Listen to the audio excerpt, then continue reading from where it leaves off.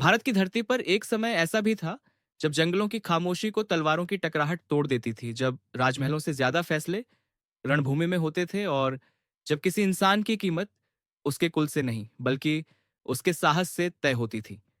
यह वही दौर था जिसे इतिहास गुप्त काल कहता है, लेकिन आम जनता के लिए वह काल हमेशा स्वर्ण नहीं था। बड़े साम्राज्य के भीतर छोटे छोटे राजा अपनी मनमानी करते थे। करों का बोझ किसानों की कमर तोड़ देता था।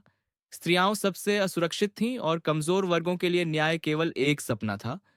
उसी अंधेरे समय में पूर्वी उत्तर प्रदेश और बिहार की सीमाओं पर एक नाम जन्म ले रहा था, जो आगे चलकर अन्याय के खिलाफ आवाज बनने वाला था। वह नाम था वीर लोरिक। गौरा नामक गांव में जन्मा यह बालक यदुवंशी अहीर कुल से था। उस समय अहीर समाज को केवल पशुपालक समझा जाता था।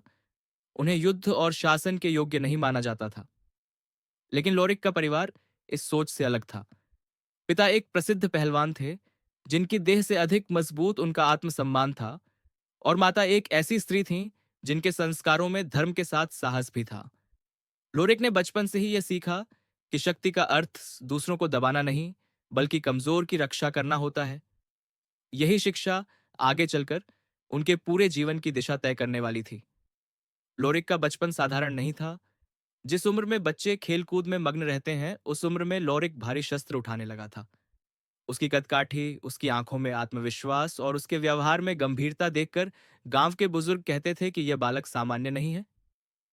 एक दिन जब गांव में एक उग्र पशु ने आतंक मचा दिया और बड़े बड़े पहलवान पीछे हट गए, तब किशोर लोरिक आगे बढ़ा और निहत्थे उसे काबू में कर लिया।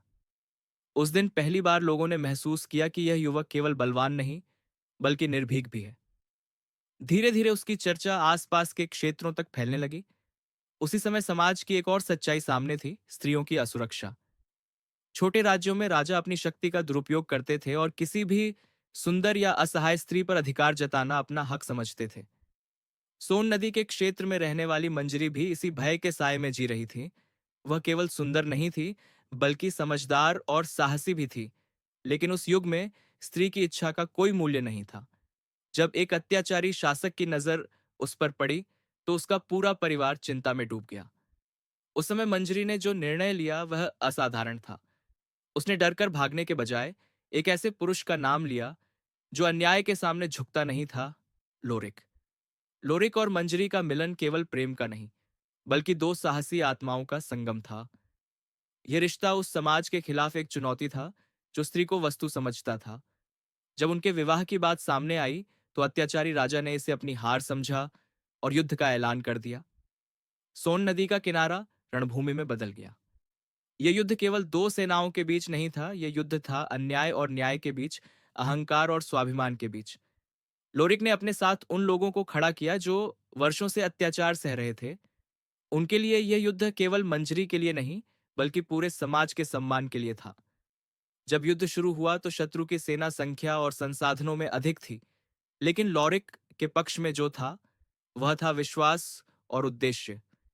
कहा जाता है कि लॉरिक की तलवार असाधारण रूप से भारी थी, लेकिन उससे भी भारी उसका संकल्प था। वह जहां खड़ा होता वहां उसके साथी डर भूल जाते। अंततः अत्याचार की सेना टूट गई और अन्याय का अंत हुआ।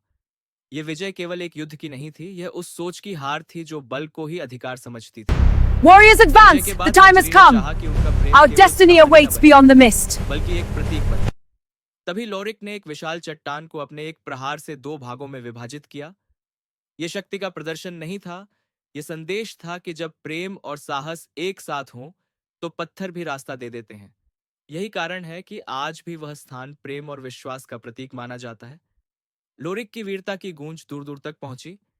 जब यह कथा पाटलिपुत्र पहुंची, तो स्वयं सम्राट समुद्रगुप्त ने उन्हें अपने दरबार में आमंत्रित किया। लोरिक ने कभी राजा बनने की इच्छा नहीं की, लेकिन राष्ट्र की रक्षा को अपना कर्तव्य माना। सीमाओं पर जब संकट आया, तो वह अग्रिम पंक्ति में खड़े हुए। उनके लिए यह केवल युद्ध नहीं था, यह संस्कृति और स्वाभिमान की रक्षा थी। लेकिन लॉरिक का सबसे बड़ा संघर्ष युद्ध भूमि से बाहर था। उन्होंने उस सामाजिक सोच को चुनौती दी जो वीरता को जाति से जोड़ती थी। उन्होंने हर विजय के साथ यह साबित किया कि शौर्य किसी कुल का मोहताज नहीं होता। उनकी गाथा ने अहीर समाज को आत्मसम्मान दिया और आने वाली पीढ़ियों को यह विश्वास दिया कि वे किसी से कम नहीं हैं। जीवन के अंतिम वर्षों में लोरिक ने तलवार रख दी। उन्होंने अपने उत्तराधिकारियों को जिम्मेदारी सौंपी और भक्तिवश साधना का मार्ग चुना। कुछ लोग कहते हैं कि उन्होंने वीरगति पाई, कुछ कहते हैं कि वे तपस्या में लीन हो गए, लेकिन एक बात पर सभी सहमत हैं, लोरिक कभी पराजित नहीं हुए। उनका जीवन एक संदेश बन गया कि सच्ची शक्ति हथियार में नहीं, बल्कि उद्देश्य में होती है। आज भी बिहार, उत्तर प्रदेश और आसपास के क्षेत्रों में लोकगीतों के माध्यम से लोरिक की गाथा जीवित है। वे केवल इतिहास का हिस्सा नहीं, बल्कि लोक चेतना का प्रतीक हैं। वीर लोरिक हमें यह सिखाते हैं कि अन्याय चाहे जितना बड़ा हो, अगर साहस और सत्य साथ हो, तो इतिहास बदला जा सकता है।